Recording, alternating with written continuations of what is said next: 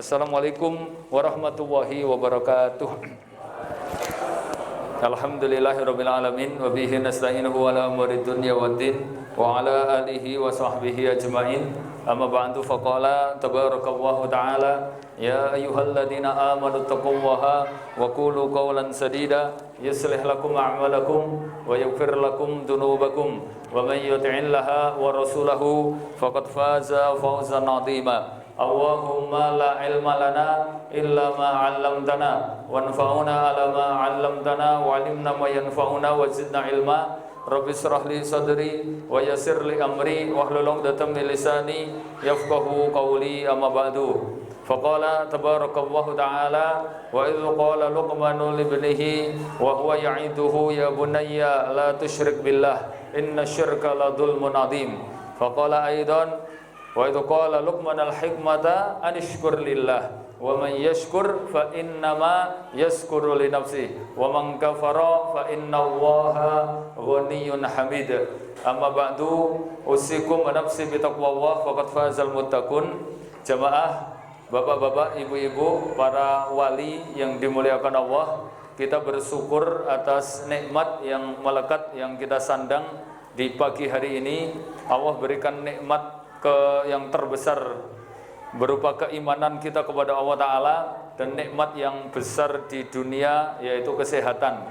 Karena Ibnu Taimiyah mengatakan afdhalun ni'mah ba'dal iman al-afiyah. Nikmat yang terbesar setelah kita iman kepada Allah itu adalah kesehatan. Karena iman nikmat yang terbesar di akhirat dan sehat merupakan nikmat yang terbesar di dunia. Makanya Nabi mengatakan mangkana musliman wa badanahu fil afiyah, siapa manusia yang dia berdinkan Islam, punya keimanan, kemudian badannya sehat, faqad istama'a sayyidun yamid dunya wa sayyidun yamil akhirah, maka dia sudah menggabungkan nikmat yang paling besar di dunia dan nikmat yang paling besar di akhirat. Sayyidun yamid dunya as-sehat, karena nikmat terbesar di dunia sehat, wa sayyidun yamil akhirah al-islam, dan nikmat yang terbesar di akhirat adalah Islam. Siapa yang mati tidak membawa Islam maka pasti neraka. Dan siapa yang hidup di dunia tidak diberi kesehatan, hampir semua kenikmatannya hilang. Makanya orang yang sehat dan paham agama itu berarti sudah mendapatkan nikmat di kedua-duanya. Ada yang sehat tapi nggak paham agama, ada yang paham agama tapi nggak sehat. Makanya kalau kita dibangun waktu pagi, kemudian badan kita sehat, kemudian hati kita nyaman dengan keimanan, kemudian kecukupan rezeki hari itu saja, maka seluruh isi dunia sudah kita miliki. Nabi mengatakan mangkana fis sabah aminan fi nafsi, siapa manusia yang bangun tidur di waktu paginya jiwanya tenang karena keimanannya, enggak sedih, enggak kena tekanan batin. Kemudian yang kedua wa'afiyatan fi jasadihi, fisiknya sehat. Yang ketiga wakana lahu qutan fi yaumihi, hari itu dia kecukupan rezekinya hari itu saja, faka'annama dunya fi yadiha, maka Nabi mengatakan semua isi dunia sudah dia miliki. Jamaah rahimakumullah. Yang kedua, salawat serta salam untuk junjungan kita Nabi Muhammad sallallahu alaihi wasallam sebagai suri toladan percontohan kita dalam semua lini dan semua amal, termasuk kaitan dengan pendidikan. Ini Nabi dinobatkan sebagai pendidik yang terbaik, karena Nabi tidak hanya ngopeni satu istri tapi 13 istri, tidak ngopeni 1-2 anak tapi puluhan anak, dan itu kemudian semuanya berhasil, semuanya menjadi anak-anak yang solih solihah, istrinya juga akur dan terurus semuanya. Istri 13 saja keurus semua. Nah, kita istri 1 aja kadang-kadang orang keurus. Jamaah rahimakumullah, maka bersyukur betul di pagi hari ini kita belajar dari surat Luqman yang saya baca tadi, karena temanya disuruh kaitan dengan pelajaran-pelajaran kaitan pendidikan parenting, berkaitan dengan pendidikan anak. Nah, kita nukil sebetulnya di dalam Al-Quran itu banyak tokoh-tokoh sebagai pendidik. Kalau kita lihat termasuk Rasulullah sendiri, kemudian banyak pelajaran dari Nabi Ibrahim kaitan dengan mendidik anak, kemudian juga ada pelajaran dari Nabi Yakub dalam mendidik anak yang disebutkan di dalam Al-Quran. Tapi untuk pagi hari ini kita nukilkan satu tokoh yang dia itu bukan Nabi, dia juga bukan Rasul, bahkan dalam riwayat dia itu cuman budak, ya. dan dia hidupnya di zaman Nabi Daud alaihissalam, namanya Luqman al-Hakim atau Luqmanul Hakim. Dia diangkat derajatnya oleh Allah Ta'ala sampai makomnya kayak Nabi. Bahkan nama dia diabadikan di dalam Al-Quran, yaitu surat Luqman. Jadi termonumental di dalam Al-Quran. Kenapa? Karena dua hal beliau itu diangkat derajatnya. Yang pertama karena pendidikan beliau kaitan dengan anak yang luar biasa. Padahal anaknya cuma satu, Luqman itu. Dalam riwayat, anaknya Luqman Hakim itu cuma satu. Tapi karena intensnya beliau dalam mendidik, kemudian tanggung jawabnya yang luar biasa, sampai kemudian diangkat derajatnya oleh Allah Ta'ala di dunia. Bahkan tidak hanya di dunia, tapi sampai di akhirat. Yang kedua, karena beliau memang pintar ngambil hikmah. Makanya disebut Luqmanul Hakim. Karena beliau bisa ngambil sisi positif dari semua yang menimpa dia. Makanya orang yang cerdas itu ketika dia mendapatkan sesuatu yang tidak dia sukai sekalipun, maka dia tetap bisa ngambil sisi positif, ngambil hikmah dan ngambil manfaat. Itu yang jarang bisa diketahui oleh orang. Makanya Luqman ini dinobatkan orang mulia karena pinternya ngambil hikmah, selalu husnudzon dan bisa ngambil sisi positif dari semua yang menimpa dia. Kalau kita jangankan mendapatkan kenikmatan, mendapatkan musibah, kena nikmat aja kadang-kadang belum merasakan nikmat. Tapi kalau orang yang pinter ngambil hikmah, jangankan kena kebaikan atau kemudahan, kena musibah saja, dia tetap bisa ngambil sisi positif dari semua yang menimpa dia, termasuk musibah atau hal-hal yang tidak dia sukai. Makanya kalau pengen bahagia, salah satu resep dari Luqman al-Hakim, beliau mengatakan, antum kalau pengen enak dunia akhirat, beliau memberikan resep ada 5. Yang pertama sidqul qaul, nek ngomong jujur, ngolak penak, karena bohong itu bikin tersiksa terus. Yang kedua, beliau mengatakan kaful ada, jangan menyakiti orang, karena kalau menyakiti, menyusahkan orang, maka hidupnya pasti susah. Orang itu kalau susah, tersakiti, terdolimi, itu karena kelakuannya dewe, ya toh? Karena memang dia menyakiti, akhirnya dibalas dengan disakiti. Kata Nabi, kamatadinu tudanu, sebagaimana kamu berbuat, nanti kamu akan diperlakukan seperti itu. Kalau anak kita nggak bisa nurut sama kita, itu karena perbuatan kita sendiri nggak bisa baik sama orang tua. Kalau ada orang ngutang nggak bayar-bayar, nahan hak kita, itu ya kelakuan kita. Berarti kita kalau ngutang biasanya mesti mendinding, akhirnya balasan sebanding dengan perbuatan. Nah yang menarik yang ketiga, kata beliau apa? Yang membuat hidup selalu enak dunia akhirat, kata Luqman al-Hakim, ini beliau mengatakan ahdul himmah. Dia bisa ngambil hikmah dari semua yang menimpa dia.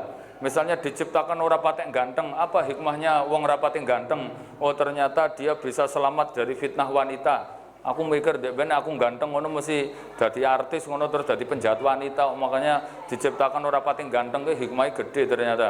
Atau kita diciptakan misalnya orang pati sugih, hikmahnya apa? Ternyata kalau sugih belum tentu kita bisa dekat dengan Allah Ta'ala. Banyak orang itu tambah jauh dari Allah, jauh dari surga, jauh dari saudara muslim, karena sombongnya dia mbasan duit-duit. Makanya diciptakan orang patek sugih. Bisa jadi kita tuh nek sugih ngono ora gelem ngaji ngene iki. Mulane digawe rodok melarat-melarat ngono ben semangat ngaji. Itu akhdul himmah itu begitu, ya toh. Jamaah rahimakumullah. Ini nasihat-nasihat beliau, tapi yang pengen saya sampaikan, beliau diangkat derajatnya oleh Allah Ta'ala itu karena model pendidikannya. Beliau betul-betul sangat amanah dengan anaknya, walaupun cuma satu, anaknya laki-laki, tapi beliau diangkat derajatnya. Nah ini yang kemudian menjadikan motivasi untuk kita bahwa tugas orang tua terbesar itu bukan menjadikan anaknya itu harus punya jabatan tertentu, atau anaknya harus sugih, atau anaknya jadi pejabat, atau anaknya punya gelar akademik tiri-tiri wis MAG, MMM, SMS ngono gelare ngasih saking dawane ngasih enek SMS barang.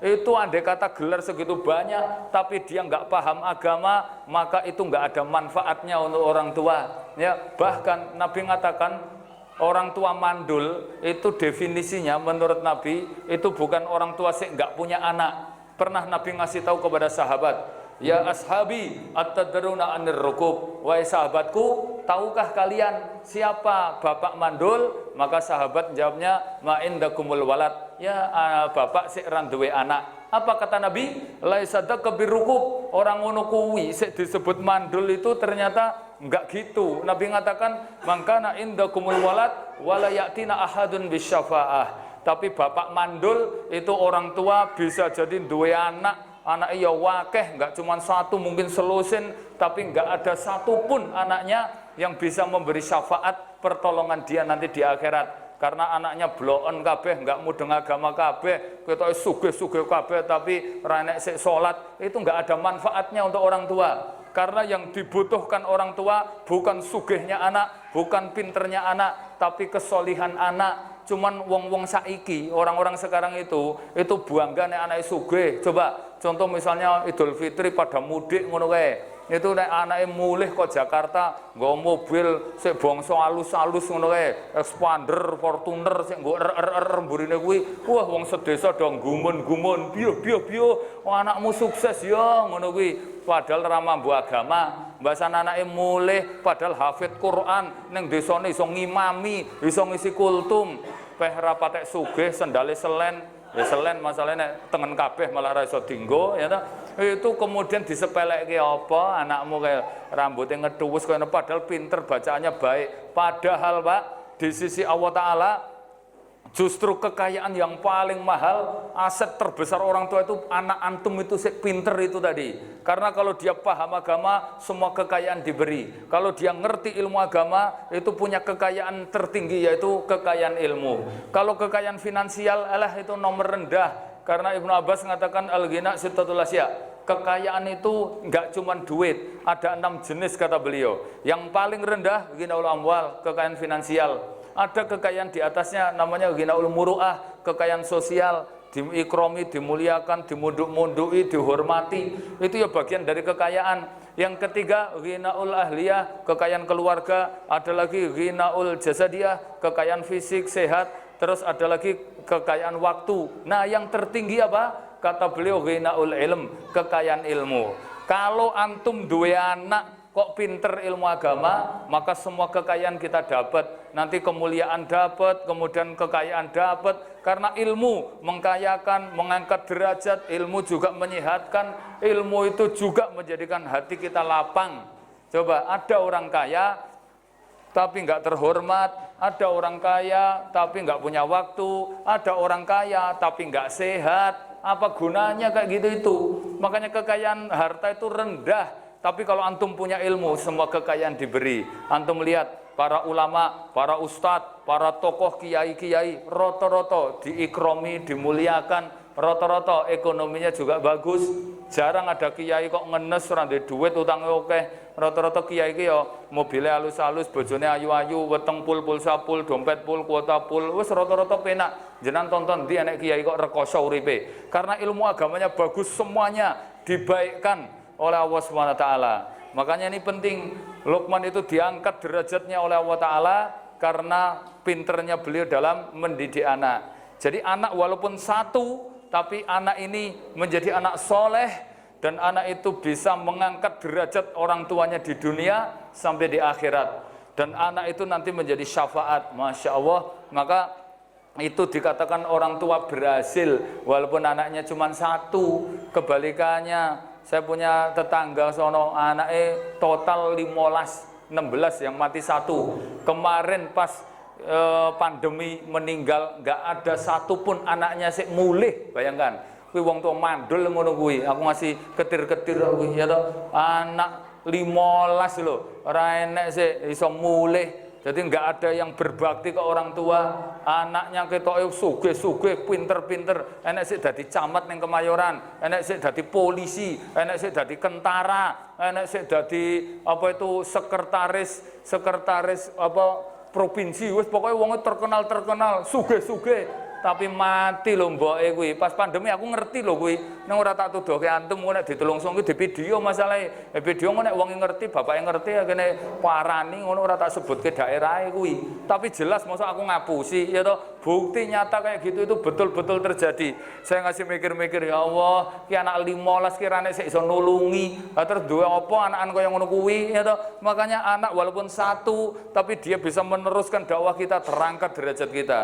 Apa fungsi anak soleh? kata Dr. Nasir Ulwan, beliau mengatakan minimal kalau kita punya anak soleh itu kita mendapatkan 4 keutamaan. Pertama, ziyadatul umur kita akan bertambah. Kata Nabi, fa innama ziyadatul umur bidzurriyyatin sholihatin, tambahnya umur orang tua dengan anaknya yang soleh dan solihah, yarzuquhal abdu, yang itu menjadi rezeki. Misalnya antum duwe anak 10, anaknya rata-rata umurnya 70, berarti 700. Umur orang tua ditambah 700 tahun dari umur anaknya. Lah nek anak itu misalnya subur-subur kabeh, terus rata-rata 10 berarti 70 ping piro ki mau 70 ya oke banget tuh itu kan 700 ditambah anaknya masing-masing itu 10 putune, itu umur orang tua ditambah 700 dari umur anaknya ditambah 700 dipengke 10 7.000 tahun. Wah, Masya Allah, itu bisa memanjangkan umur kita karena semua amal soleh anak kita itu akan mengalir ke orang tua. Walaupun antum sudah mati, di dalam kubur masih dialiri pahala dari anak-anak kita yang soleh. Nek anaknya soleh gitu, penake dadi anak soleh, memanjangkan umur. Makanya walaupun umur umat Nabi Muhammad itu pendek-pendek, dibanding umat ben kita kalah jauh. Umat terdahulu itu ribuan tahun, ada yang sampai 1000 tahun lebih kayak Nabi Nuh. Nah, antum itu kan umurnya rata-rata 60 atau 70. Kata Nabi berkisaran sitin ila sab'in, 60 sampai 70. Lah terus antum arep ngandalke apa masuk surga? Ngandalke 60 tahun. Ya 60 tahun orang nggo ibadah kabeh. 60 tahun paling nggo potong turu 20 tahun, keturun setahun. Pengajian ngene turu ya to. Pengajian ngene turu barang ngelong-ngelong umur ngono kuwi. Orang le glidik pirang tahun. Lah terus masa efektif kita untuk ibadah lho karek pirang tahun. Lah terus nek antum ngandalke le ngibadah kuwi kira-kira dengan umat terdahulu kita terus andalannya apa? Maka andalan kita satu-satunya anak-anak kita yang soleh. Kalau Nabi mengatakan jariah itu yang terkenal ada 3, ilmun yang taufibi, ilmu yang manfaat. Yang kedua sodakotin jariah. Nah yang ketiga waladun soleh, itu ketoke lho Pak, ketoke. Iku sik jenengan iso andalke iki ya nomor 3 kuwi, anak kuwi. Nek masalah sedekah jariah jenengan bangun masjid, bangun apa-apa. Alah wong SPP 120 iki padha protes bangun masjid barang. Ketoke urung meyakinkan ngono lho. Nek ada pengen ngandalke jariah lewat sedekah. Wong rata-rata kita itu ya ekonomi ngene-ngene iki ya toh. Kalau ngandalkan ilmu itu awake dhewe kudu mubalek kudu ustaz ngono ketoke ya kurang barokah. Maksudnya kurang akeh gitu loh. Ya toh, mengandalkan ilmu itu andalan kita satu-satunya. Ya anak-anak kita itu tadi paling tidak kalau antum mati anak iso ndongake, bisa mengistighfarkan kita itu yang mengangkat derajat kita. Nabi mengatakan innar rajul la tarfa'u darajatahu bi waladin yastaghfiru lahu. Seorang bapak akan diangkat derajatnya karena anaknya yang mendoakan, memintakan ampun. Ning antum aja ngimpi anak itu bisa mendoakan kalau anak itu enggak soleh. Wong anak ki nek ora patek soleh ngono aja meneh kok ora soleh, ora patek soleh ngono wae. Kae kerjane nggo kledreng-kledreng unyar-unyur, udat-udut, motor keplek-keplek kaya ngono kae. Kok aja meneh kok ndonga nggo jenengan wong tuane, ndonga nggo awake dhewe ra iso. Mereka ini salat ora kok ndonga ya toh. Mereka misalnya ndonga ora mungkin ndongake jenengan. Wong mereka itu lho istighfar atas dosanya saja enggak pernah. Coba bocah-bocah nakal ngono kae, nglakoni dosa terus istighfar ngono. Oh, boro-boro istighfar. Kok kaya ngono mengharapkan mengistighfarkan orang tua, ngimpi ngono apa piye? Dia itu loh istighfar nggo awake dhewe aja ra iso. Aja meneh mengistighfarkan orang tua. Makanya anak itu nek ora soleh ra mudeng agama, ora bakal iso memintakan ampun orang tua. Makanya anak biar soleh ya diajari. Makanya di sini Luqman Al-Hakim itu ya dalam ayat tadi, ayat yang ke-12 sampai ayat yang ke-19 itu banyak sekali pelajaran yang bisa kita ambil. Tapi sebelum kita kaji itu ya, ini paling tidak saya lanjutkan tadi ada 4 manfaat orang tua ketika punya anak yang soleh. Tadi kan nomor 1 memanjangkan umur ya, yang kedua mengangkat derajat baik dunia maupun di akhirat. Kalau dunia ya contohnya kayak ini Luqman ini diabadikan namanya sampai sekarang semua manusia orang Islam ngerti, kenal nama Luqmanul Hakim karena pinternya beliau tadi dalam didik, terangkat derajatnya.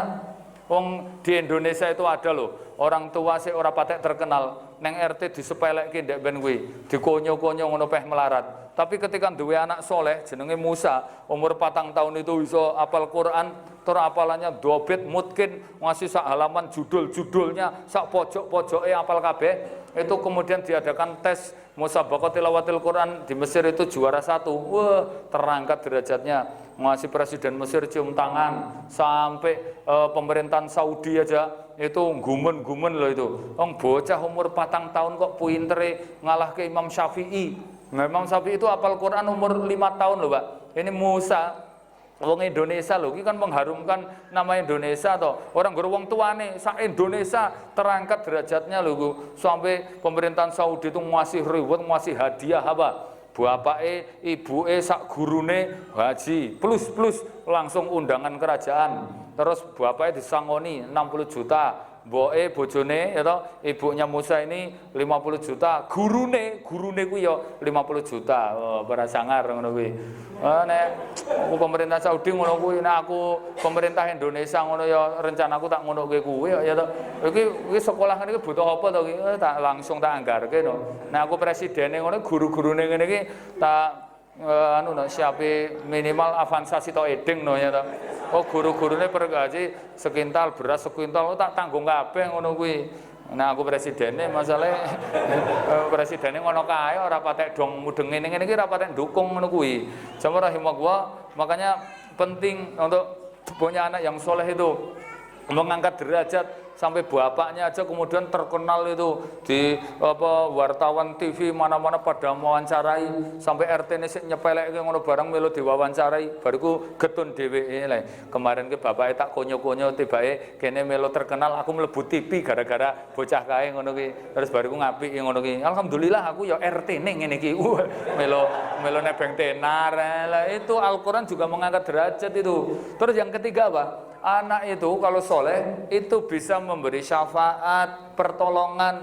Dalam hadis anak soleh ketika mau dimasukkan surga itu nonton di surga itu ada enggak bapaknya, ibunya. Nah, tiba-tiba enggak nemukan bapak ibunya enggak ada. Dia berdoa, ya Rabbana la adkhulaha hatta saraka abana. Ya Allah, saya enggak masuk surga kecuali bareng dengan bapak dan ibu saya. Itu mulane penake duwe anak soleh, bapaknya itu jane enggak masuk surga, ning barokah dari anak soleh akhirnya terkatrol kemudian dimasukkan surga lewat kesolihan anaknya itu. Jane dia enggak masuk surga, ning Allah itu mesake bukan ke bapaknya tapi ke anaknya yang soleh. Mesake iki bocah soleh ngene iki nek mlebu swarga ora karo bapake ketoke kok engko sedih, akhirnya bapake mboke dilebokke ngono wis kono-kono mlebu sak bapakmu sak mbokmu. Jane mbokmu ki ora masuk nominasi kae jane. Ning ya wis ora apa-apa ngono ki. Ya to gandeng duwe anak soleh ngono kuwi fungsinya. Kadang-kadang kita di sio-sio kok wong tua itu anake pinter nang nggon sekolah umum ngono le bangga-banggake ya to. Padahal TPA ra iso maca Quran ra iso. Bahasan bocah sih rajin TPA maca Qurane pinter, gandeng sekolahe nang nggon sekolah umum ranking elek ngono le ngelek-elek. Kowe iki on kowe iki kok kan le ngaji kowe iki ya to. Urip nggo liyane TPA wae ya to. Kowe urip nggo ngojang ngaji toklam taklim. Ya to iki dadi bodoh kowe iki sekolah dadi rapote abang kabeh ngene iki malah nyalahke TPA-ne, nyalahke sekolahe. Sosok ngono kuwi kadang-kadang anak itu melu ngaji, pernah gurune barang melu disalahke. Kowe iki mbasan ngaji ro Yusuf ngono ki lho, dadi sekolah kawruh kabeh tegalane dadi bero kabeh. Biasane malah apa hubungane ngaji karo gale bero ngono barang kae. Wingi panen dadi gagal, lonceng dadi angusen kabeh. Ha kowe iki gara-gara kowe ngaji kowe iki lele ngono kuwi.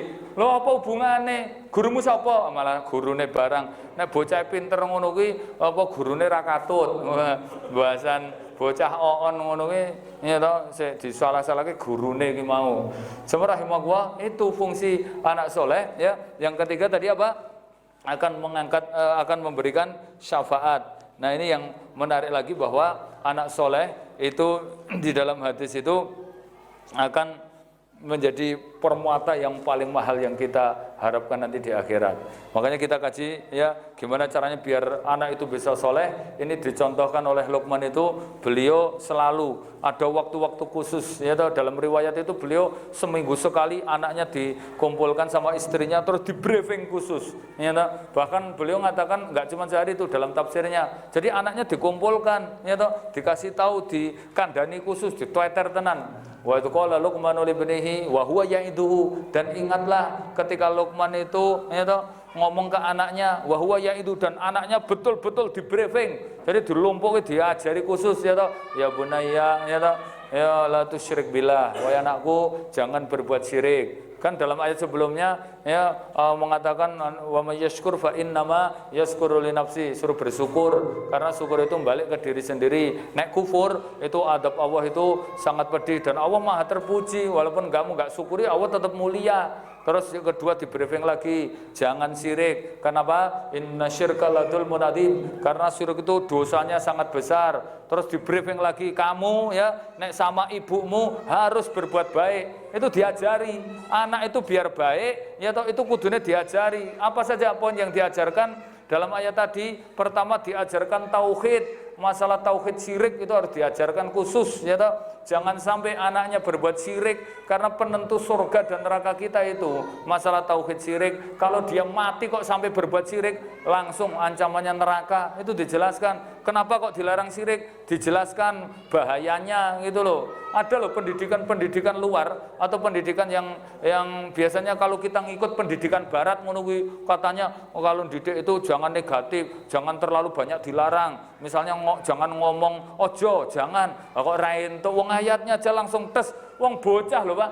Bocah itu mang kudu dikandani, ojo ngene, ngono kudu jelas ya toh. Ojo sirik, ning kudu dikasih tahu kenapa. Karena sirik ini bahayanya besar. Kalau kita melarang ini secara nggak langsung harusnya dikasih tahu alasannya kenapa kok dilarang. Pokoknya ra entuk. Lah ngopo kok ra entuk, Pokoknya ra entuk. Menurut rasa kok ente kok ra entuk, ngono kuwi. Ya emosi bocah kok ra entuk ki ngopo. Ini dijelaskan kalau nggak boleh sirik karena apa? Sirik itu kedolimannya paling besar, dosanya paling besar. Adlamud dulman, kedoliman paling dolim itu ya sirik. Karena itu mendolimi Allah Ta'ala.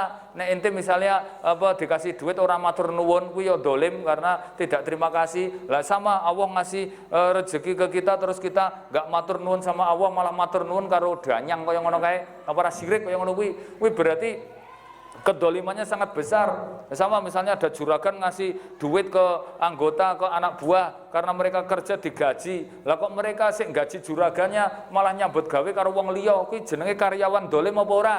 Ya dolim itu, wong sing gaji bosnya kok malah kerja ke orang lain. Ya sama, kamu itu sebagai hamba Allah Ta'ala dikasih bumi gratis oleh Allah Ta'ala, nyedot udara gratis milik Allah Ta'ala. Nah kok matur nuwun karo danyang punden perapatan kono-kono kae. Kuwi ora syirik ngono kuwi, kuwi ora dolim ngono kuwi. Iku nek saya sebagai juragan duwe karyawan ngene tak pecat kok. Lah coba nek misalnya Allah Ta'ala kuwi kemudian mecat kita dari dunia. Kono golek bumi liyane bumiku. Nah, terpiye ora plonga-plongo. Emang enek bumi liyane buminya Allah. Wis dijelaskan ning anak ngono lho. Masalah banyak sekarang bocah-bocah saiki wis dolanan HP ngene nggon sirik-sirik ngono wis akeh banget itu. Ya toh, nggon onlinean acara-acara sirik aja banyak, ritual-ritual sirik juga banyak. Masya Allah ini nomor satu pokoknya bab tauhid sirik ini kudu diteter tenan. Nek sampai kok terjerumus bab itu resikonya paling berat masalahnya. Man mata la yusyrik billah, siapa mati yang dia enggak bawa dosa syirik langsung jaminannya surga. Tapi kebalikannya, siapapun manusia mbok apike kaya ngopo, mbok anake ustaz, mbok dia aktivis to, mati masih bawa syirik, itu kata Nabi dakhalan nar, langsung masuk neraka. Itu enggak dijelaskan walaupun dia rajin ibadah, walaupun dia orang baik, walaupun sama tetangga ramah, sopan, wongnya apik ane kaya ngopo. Nek sirik itu jelas ancamannya neraka, amal kebaikannya batal kabeh. La in asyrakta la yahbatanna amaluka. Nek sirik ya batal semua amal. Ini kudu dijelaskan kayak gitu itu. Cah nom-nom saiki ngono kuwi, nggon acara wong mantu ngono sik ngeterke encek, sik nggon nek nggonku ki enek kaya ngono kuwi, perapatan-perapatan sik nyambut gawe cah nom-nom kuwi, ritual wong kampung hajatan ning acara nganggo sirik ngono kuwi ya, cah nom-nom sinomane ngono kuwi ya. Wah, brungkut banget itu, etoh wae mangan sik nggon sik diujubke bareng dipangan, ingkung utuhan ngono ya dipangan. Dikasih tahu le, iki nek barang-barang sik wis diujubke iku sirik. Walaupun nang kono enek udute apa enek endoke apa enek ingkunge panggang tumpeng ngono kuwi, aja kok pangan ngono kuwi wis diserahke nang jin. Wis dijelaske ngono sisan. Ya toh, cah nom-nom ngono kuwi nyuruti rokoke Ji Samsu kaya ngono, ya toh. Terus misalnya encek sik dipasang nang perapatan-perapatan. Saya ngerti kok cah nom-nom itu lho, melu sinoman ritual bantu nang nggon acara hajatan ya nggon siriknya melu bantu sik ngeterke enceknya juga mereka, sik ngeterke nang punden-pundennya mereka. Gimana itu kalau enggak diajari? Wong cantem zaman saiki lho, tahun 2023. Kok ya sik percaya ngonoan ki mau lho. Ya to, masyaallah, anak panas goneng etan gunung ngono dukun disebul jarene. Ya to, ben mari kena sawan kono sawan kono. Wong cah enom saiki lho, Pak, wis kuliah barang lho. Kok ya sik percaya kayak gitu, aku yang gumun tenan itu. Nang nggon daerah kono, adoh kono ora kene ya to.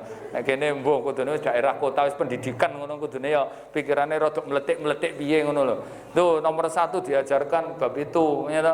Terus yang kedua, Pak, ini poin yang harus diajarkan kepada anak, itu anak diwajibkan untuk berbakti kepada orang tua. Langsung diwasiati khusus, wa wasainal insan biwalidayhi, dan aku wasiatkan. Itu Luqman itu mewasiatkan anaknya, nak ya toh, kowe nek karo ibumu, karo wong tuamu, karo aku itu harus berbakti. Kenapa? Ya toh? Karena dulu dijelaskan ibu kamu itu le ngopeni begitu berat ya, dalam ayat itu kan di situ hamalathu ummuhu wahnan ala wahnin, ibumu le ngandung itu rekosane kayak gitu di atas kepayahan susah payah ya, wa fisaluhu fi amain, kemudian menyusui kamu itu sampai 2 tahun ya toh, bahkan gue dek ngasih 3 tahun setengah ya toh, ngasih adikmu metu ke sik apa ngemik wae kaya ngono kuwi. Aku nek ditotal misalnya sedina seliter nek ping 3 tahun setengah, setahun ki 305 berarti 3.000 berarti pirang ewu liter kuwi sik kok sedotin yang mbokmu kuwi. Kok wani kasar, oleh itu ngasih kiamat ora bakal barokah uripmu. Dikasih tahu ke anaknya, anak ben berbakti ya diajari. Emangnya kita itu kadang-kadang egois kok, Pak. Anak itu kudu berbakti. Kita sebagai orang tua nuntut anak harus berbakti, ning ra tau ngajari. Emangnya ilmu kok demit ngono apa piye? Ilmu ki ujug-ujug anak iso pinter dhewe, anak iso berbakti dhewe, dipondokke ora, diajari ora. Anak ben berbakti ya diajari. Itu Luqman itu. Wa huwa ya'iduhu. Luqman itu langsung briefing khusus, didunungke, anak itu didunungke. Jangan berbuat kasar ke ibumu. Itu disebutkan ya toh. Kenapa? Karena nyusui kamu sampai 2 tahun, susahnya ngopeni kamu, dijelaskan itu. Terus ditambah lagi, anishkurli wali walidaya, kamu harus bersyukur pada Allah dan bersyukur pada orang tuamu. Ini berpasangan le itu pasangan antum mbok apike kaya ngopo sama Allah taala, ling ibadahmu apike kaya ngopo, tapi nek wong tuwa ora apik, itu dalam ayat itu ora ditompo. Karena syukur pada Allah sambungannya syukur ke orang tua. Ridho Allah tergantung ridho orang tua. Kalau orang tua ridho Allah ya ikut ridho, begitu. Nek sampai orang tua gelo itu bikin Allah murka, iku mbokmu kae, bapakmu iki, aku elek-elek ngene iki bapakmu le, ya toh. Iku kemurkaan Allah ya, dan keridhaan Allah tergantung nek wong kowe pinter ya toh. Kowe nek aku iso lega, uripku penak, aku ridho karo kowe, wah uripmu bakal penak. Itu dijelaskan ke anak itu begitu, ya toh. Dalam Al-Quran itu, Pak, ada 3 ayat yang bergandengan. Kata Ibnu Abbas, jelaskan ayat ini gini. Salah satu ayatin muqarranah bisalasah, la yaqbalu wahiduha illa biqarinatiha. Ada 3 ayat yang gandengan, yang enggak diterima salah satunya kecuali dengan gandengannya. Apa itu? Ati Allah, ati Rasul. Taat Allah sama taat Rasul. Antum mbok taati sama Allah apik tapi ora taat sama Rasul ditolak. Yang kedua apa? Aqimus shalah wa atuz zakah, salat sama zakat. Ente mbok salate apik kaya ngopo ra zakat ya salate ra ketompo. Sing ketiga ini anishkurli wali walidaya, syukur pada Allah dan syukur sama orang tua. Walaupun kowe mondok, walaupun kowe cadaran, walaupun kudung gede, tapi ora apik karo wong tua, kowe le mondok ora kanggo kowe le. Ngono kuwi dicek kok le wong cadaran ya nduk, ngono kuwi dijelaskan kayak gitu itu. Masalah kadang-kadang banyak loh kasus ngono kuwi. Ya ning adoh kono, daerah Jawa Tengah, sisi pegunungan kono kae. Itu jelas ke, saya ngerti dhewe lho. Enggak cuma 1 2, kintalan lho, ya toh. Wong sik 1 orang aja bobotnya sekintal masalahnya. Itu karo mboke padahal cadaran, ora tekonan lho sampai sekarang. Itu sudah bodoh 3 kali ini. Orang mampir nang ngene mboke. Wong pernah suaminya pas mantuk ke masjid padahal yo aktivis masjid. Saya ngasih ngomong, "Mas, mosok kuwi lagi maro tuamu kono lho, ya toh. Mosok ente ra mampir ngono. Nek kula kadang-kadang mampir kok, Pak. Ning bojoku ora gelem. Lho, bojomu kan malah anak kandunge to. Kapak-kapakno, Mas. Mbok jahate kaya ngopo wong tuwa, kuwi tetep sik kleru anak nek ngasih kesro. Karena ayat itu dijelaskan dalam surat Luqman. Kita sampaikan ini. Dalam surat Luqman itu sampai disebutkan wong tua sik paling jahat itu adalah orang tua yang maksa anaknya berbuat dosa paling besar. Apa itu?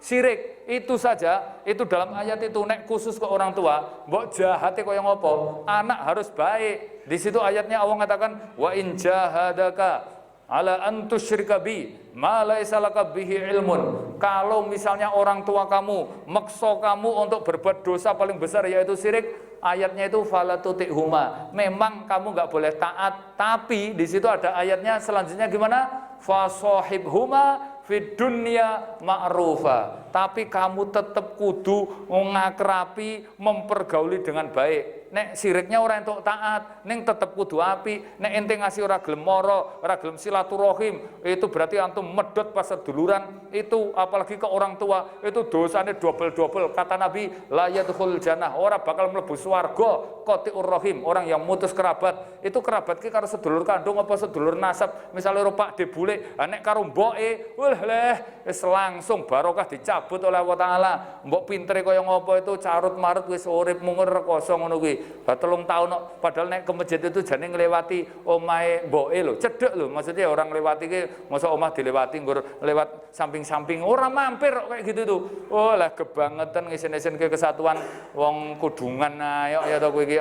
Ini penting ini, mbok jahatnya kayak apapun nek orang tua, itu dalam surat Luqman disebutkan tetap kita harus berbuat baik. Kesalahan anak dalam ayat itu ada 2, Pak. Pertama, gandeng pengen menjaga prinsip ya toh, itu akhirnya karo wong tua apik kesruh kuwi kleru. Atau yang kedua, karena pengen berbakti ke orang tua, ora pengen kesruh karo wong tua, akhirnya korban prinsip. Misalnya wong tuane nyuruh berbuat syirik ngono ya toh, lha iki anu sajane terkenang punden kono, gua kemudian ratekon. Nah, itu kleru ya. Tapi ada yang kleru juga karena pengen berbakti ke orang tua, akhirnya perintah kon ngelakoni syirik ya ditaati. Enggak boleh. Nah, caranya gimana?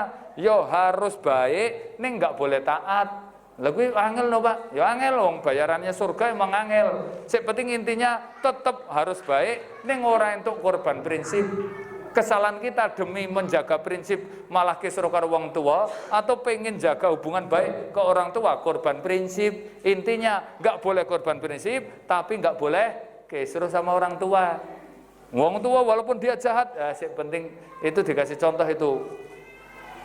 Kalau zaman sahabat namanya Sa'ad bin Abi Waqqas, itu mboke dia masih kafir, dia masuk Islam. Itu mboke ganas banget itu. Nek kowe tetep ngikuti agama Muhammad, aku ya bakal mogok makan. Mboke ngasih ora doyan mangan, gitu. Sampai kurus, sampai kelaparan, sampai sakit-sakitan. Terus anaknya tiap hari pokoknya tetap Sa'ad bin Abi Waqqas ngasih makan. Mboknya nesu piringnya buanting, bariku dibersihkan, kasih makan lagi, bariku dibuanting meneh, sampai lemes ra duwe tenaga, wis sekarat sentik-sentik meh mati kuwi mboke. Ngono, lha kowe apa ora mesake aku? Ya mesake ya toh. Apa kowe enggak kasihan? Saya itu mau mati kayak gini. Ya tapi tetap dia selalu melayani terus itu sampai mbok ngomong, nek aku mati apa kamu tetap ngikuti agamanya Muhammad itu? Kata mbok itu tadi, kata Sa'ad bin Abi Waqqas gimana?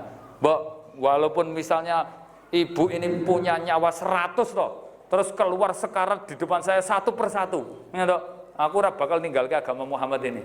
Tapi saya tetap harus melayani terus baik. Akhirnya mbok Imal sadar terus masuk Islam. Ngono kuwi, tetap diapiki terus. Ning ora entuk korban prinsip. Kaya saat itu lho contone kuwi.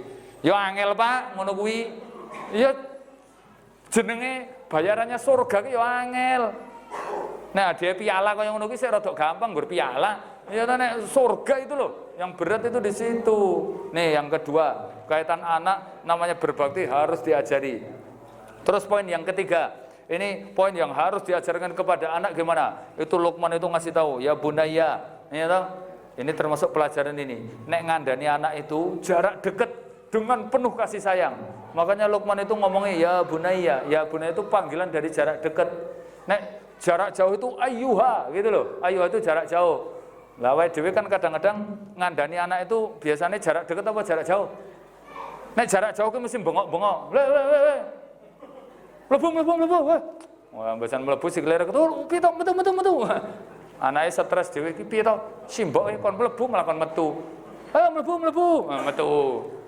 Makanya nek ngandani jarak deket, nek dideketi mesti bae sikile reget to. Kalimatnya ya bunaya, wahai anakku, itu jarak dekat, berarti dengan penuh kelembutan. Apa itu? Perintahnya apa? Aqimus sholah. ya, wa'mur bil ma'ruf wanha 'anil munkar wasbir ya ala ma asabak. Itu wae aku pokoknya dijogo tenan, salat dijogo tenan. Ya toh? Terus kalau ada orang berbuat baik, kita punya baik, ajak orang berbuat baik, cegah orang berbuat kemungkaran. Ning elingo ya Le, kalimatnya apa? Wasbir, kowe kudu sabar. Karena nek nggur salat ngono aman kita, tapi nek ngejak orang berbuat baik, mencegah kemungkaran, itu berarti resikonya berat. Jenenge amar ma'ruf itu berat itu butuh kesabaran. Ya toh? Ya. Oh itu harus dikandani sih, wis dipageri sih. Kowe ya toh, jogo tenan salat. Terus amar ma'ruf nahi mungkar ning ya kudu sabar lho ya, sabar. Wis dipageri sih gitu. Ini yang penting pelajarannya apa? Namanya sholat ini termasuk poin pendidikan yang sangat ditekankan. Nomor 1 setelah tauhid itu apa? Sholat. Tauhid, terus merintah mereka baik ke orang tua, terus nomor 3 sholat. Itu poin 3 ini nggak boleh ketinggalan. Nek kepepet antum ora iso ngajari liyane 3 ini antum harus sampaikan. Engko bar iki anak dikelompokke le, nduk kene nglumpuk-nglumpuk, ya toh. Bapak arep ngomong, ya toh. Tak kandhani. Pokoke aja ngasih sirik lho ya, ya toh. Kuwi dosane gedhe, nek mati neraka kabeh masalahe. Timbane sok ben sirik gebuki malaikat tak gebuki dhewe piye, ngono. Nek aja kasar-kasar kan kudu halus ya kuwi. Terus yang kedua, elingo, kowe ku apa-apano kudu apik karo abimu, karo mbokmu, umimu, pokoke kudu apik lho ya. Pokoke kudu apik, ya toh. Nek aku ngasih ngekon sirik, ya toh, ning ya ora bakal ngekon sirik, wong aku sing mencegah sirik. Tapi nek sampai orang tua itu ada hal yang tidak kamu sukai, kamu tetap harus berbuat baik karena ridho Allah tergantung ridho orang tua. Iki nanti ibumu kok ngasih nangis, tetesan air mata dia tuh sampai jatuh, maka langsung adabnya dibayar cash. Itu disampaikan karena Nabi mengatakan salah satu dumuat 3 tetesan air mata yang enggak akan pernah ya kalau itu sampai jatuh langsung terbuka pintu jahanam. Itu kata Nabi apa? Salah satunya dumuatul walidain, air mata orang tua. Ini umimu ngasih nangis le apa nduk, itu gara-gara kelakuanmu langsung adabnya dibayar cash neng donya, ora bakal penak uripmu terlunta-lunta blangsatan. Ki aku ora ndongake, memang Nabi yang jelaskan man aqa walidai, siapa yang jahat kepada orang tuanya, wabil khusus kepada ibunya. Apa kata Nabi? Qasirat umruhu, nanti dipendekkan umurnya, loro-loronen, wa farraqa amruhu, dibikin berantakan, uripe mesti blangsatan we, terlunta-lunta, wa wahabalahu waladun yuwaqiruhu, dan nanti kamu duwe anak yo, anake jahat sama kamu itu. Mula nek kowe apik karo aku, engko anakmu yo dadi apik, ya to. Mula aku yo apik karo mbae, ya to, ben kowe apik. Nek aku ora patek gemati karo mbah, ya to, kowe engko yo ora bakal gemati karo aku. Mula ngono kuwi dijelaske ke anak itu. Ya, terus yang ketiga, elingoni sholat. Ini perkara-perkara penting. Kenapa? Karena kata Allah itu sholat ini ukuran kualitas amal. Pak, jenengan nek pengen ngerti bocah niku apik apa ora, ngeceke sholat. Wis gampang itu.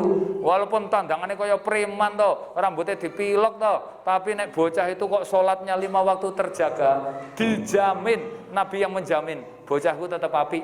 Neng kebalikannya, walaupun ketoke bodine kaya santri to, ketoke wonge sopan, halus, melitit, basane karo wong kuwi monggo ketoke sopan, tapi salate ra beres. Bocah kuwi ora tau salat, ora tau nang masjid, gugane angel, pokoke intine ora tau gelem salat, yakin dijamin dia itu nanti ya mesti ora beres itu. Mbok kecanduan pornografi, mbok kena kerusakan apapun. Karena salat ini menjadi ukuran amal. Ya, itu hadis itu umum. Inna khaira a'malikum as-shalah. Ukuran kualitas amal kalian itu ditonton dari salatnya. Fa in sholahat faqad aflaha wa anjaha. Nek salate apik, maka semuanya baik, sukses dan beruntung. Fa in fasadat, tapi nek salate rusak, enggak beres, faqad khaba wa khasira. Hancur, celaka, semuanya rusak mesti. Apa kerusakan yang muncul kalau bocah itu kemudian salatnya enggak bagus? Ini kata Ibnul Qayyim menjelaskan di dalam Al-Quran itu Pak,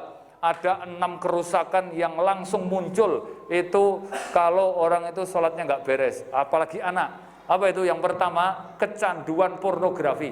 Antum tonton, bocah-bocah kok sholatnya beres, kuwi mesti kecanduan pornografi. Ayatnya enek kuwi, Allah mengatakan ad-da'us sholah wattaba'us syahawat. Orang yang meremehkan sholat maka mesti nuruti syahwat. Coba jenengan tonton kayak cah nom-nom kayak, ya toh, si ora tau salat ngono kae. ngger wayahe subuh urung tangi, zuhur sik dolan-dolan, maghrib sik nongkrong ae, ngopi ngono kae. Ini cah nom-nom kok maghrib ora salat ngopi ngono kuwi. Jenengan tonton HP-ne. Ora gambar gilani, gambar jorok-jorok ngono kuwi. Wong nek bukai internet ngono sik bangsa ngono kuwi. Mesti kuwi. Kenapa? Karena salatnya rusak. Kalau salatnya rusak nanti syahwatnya ikut rusak. Terus yang kedua, Pak, bocah itu kalau salatnya enggak beres, ini bahaya. Yang kedua, Pak, nanti jadi beringas, bengis, sadis, kejem gitu. Karena ayatnya memang gitu, barom biwalidati walam yaj'ali jabbaran sakiya. Hendaklah anak itu ya selalu berbakti ke orang tuanya dan menjaga sholatnya. Karena apa? Niscaya kalau dia bisa itu dia tidak akan jadi orang yang jabar itu keras, sadis, sakia itu kaku. Mulane nek bocah ki modele kaku, sangar, sadis, senengane mbuli, senengane gelut, tawuran, kampleng-kamplengan, ngomong elek, kuwi penyebabnya wonge salate ra beres, tambah lagi ora apik karo wong tuwa. Makanya perintahnya kon ngapiki wong tuwa. Nek karo wong tuane ra apik, itu kan ayatnya gitu. Wa barom biwalidati, berbaktilah kamu kepada ibumu. Di situ yang disebutkan ibunya. Nek karo mboke ora iso apik, Pak, bocah niku nek karo mboke ora iso apik, maka dia enggak akan bisa baik ke semua orang. Karo wong liya mulak ganas-ganas ngono kae. Senengane gelut, kamplong-kamplongan, bacok-bacokan, sik melu kriminal ngono kae. Sadis, sangar-sangar, bengis-bengis, ya to wonge kaku-kaku, atos-atos ngono kuwi. Lah karo mboke ra iso apik kok. Ya tambah lagi salatnya enggak beres gitu ya. Terus yang ketiga, ya, efek kalau salat itu enggak beres apa? Bocah itu nanti jadi pelit karena salat sambungannya dengan bayar zakat, sholat dengan sedekah, sholat dengan korban, aqimus sholat wa atu zakah. Mula pelit-pelit, aja meneh karo mboke ya ta. Ya, aja meneh karo wong liya dik. Engko karo mboke ra gelem kok kuwi. Bocah nek salate ra beres, kuwi aja meneh ngekeki wong liya, ya ta. Ngekeki bojone ya males. Aja meneh ngekeki jenengan wong tuane. Makanya nek anak salate apik engko insyaallah penak-penak antum di masa tua ki bocah sik salate apik-apik ngono ki setoran biasane. Mbok niki nggih ala kadarnya niku wonten abang-abang 10 lembar tak dokok ndhuwur kulkas lho Mbok. Mugi-mugi nggo ngenteng-entengi. Waduh ya to nek anak salate apik ngono kuwi. Lomo karo mboke ngono kuwi. Salat anak kok ora salat kuwi mbok sugih to. Lah terlantar yakin. Jenengan nek tak critani yakin ra percaya. Ada ibu-ibu kuwi kerjane ngarit, panganane gaplek lho kuwi. Padahal anake kuwi, Pak. Wah anake ku omahe magrong-magrong ngono kuwi. Mosok pernah kita tuh ngadakan santunan yang wong kuwi iki coba. Padahal anak iki sugih banget ngono iki. Ngasih wong iki le matur nuwun sanget le ngono kuwi. Jane anakku ya sugih ngono iki. Oh ala mula anakmu ki kon salat ngono kuwi. Arep tak kandhani ngono kuwi. Anak ra tau salat ya kaya ngono kuwi pelite pol ngono karo mboke ra ngekek. Sik keempat ini, efek kalau anak itu salatnya enggak beres apa? Anak itu pasti nanti ngamuan, emosinan, temperamen. Karena sholat itu sambungannya dengan sabar. Wasta'inu bis-sabri was-shalah. Aja meneh kok anak ibu-ibu jenengan duwe bojo salate ra beres ngono ngamukan. Wong lanang iki nek modele salate ra beres ya ngamukan memang ya toh. Saya punya teman itu kerja dengan pengadilan. Itu daftar kasus perceraian selama 1 bulan itu sekitar 600 sampai 700 sak kabupaten sana di Karanganyar itu. Ternyata 82%-nya ora salat. Ora salat. Ya ada sih sholat tapi pegatan yang sidik persentasenya itu di bawah 15% pokoknya ya toh roto-roto wong ora sholat. Karena orang sholat ki hawane emosi, bojone kelaru sidik ngamuk-ngamuk pegatan. Nek lho sik sepele banget kemarin koncoku nangani kasus gur gara-gara memean karo ngegame ngono kuwi pegatan. Karena sik wedok jemuri pakaian terus barku udan sik lanang ngegame wae ngono kuwi kan memeane ngono. Mosok to mati getak ngono. Mboten ngiru dhewe lho, aku nek wis ket mau wis ngono ngono kuwi. Aku lan gem tak banting piye HP-ne. Lho kowe wene banting aku tak banting dhewe ngono. Terus kata-kata bariku, aku wis seneng karo kowe. Wah, emang aku seneng karo kowe ndek ben pacarku yang ganteng-ganteng ora ngono. Wah, akhire pegatan. Ya Allah, ya nggur gara-gara memean lho kaya ngono kuwi. Kenapa? Ra salat. Nanti nggur kaya ngono emosi, krungu omongan wong wedok kayak gitu, emosi. Makanya sholat itu memang Masya Allah itu ya melonggarkan hati. Banyak banget lah kasus-kasusnya. Sikilku wis keju ya wis suwi ta iki pengajian iki. Sak jam iki. Gitu. Sama rahimakumullah, itulah paling tidak ya poin-poin yang bisa sebetulnya masih banyak banget ini poin-poin yang diajarkan karena kalau dalam surat Luqman tadi semua lini ibadah, baik akidah, ibadah, akhlak, muamalah itu diajarkan semuanya loh itu. Ya toh? Kaitan ibadah ada sholat, zakat, kemudian kaitan muamalah ada amar ma'ruf nahi mungkar, terus kaitan akhlak di situ ada nasihat Luqman itu ojo kemaki, wala tusair haddaka linnas, wala tamshi fil ardi maroha. Kowe nek ketemu wong yo aja rumangsa luwih dhuwur, luwih gede, terus nek mlaku aja membusungkan dada. Ngono-ngono kuwi jadi semua aspek diajarkan. Nek bab akidah tadi masalah tauhid syirik, bab muamalah diajarkan masalah amar ma'ruf, kaitan ibadah khusus itu ya salat, zakat tadi ya toh. Kemudian kaitan akhlak termasuk kaitan khusus kepada orang tua. Nantilah lain waktu bisa kita lanjut ya. Karena pengajian nek kesuwen ngono ki ya selain sikile keju, kuwatirnya antum ora kuat ngrungokke ya. Tapi jane nek aku sih ngomong kuat-kuat wae jane sik ngrungokke ku lho kadang-kadang ora kuat itu. Tapi itu saya mohon maaf kalau banyak kekurangan. Akhiru da'wana alhamdulillah wabillahi taufiq wal hidayah. Assalamualaikum warahmatullahi wabarakatuh.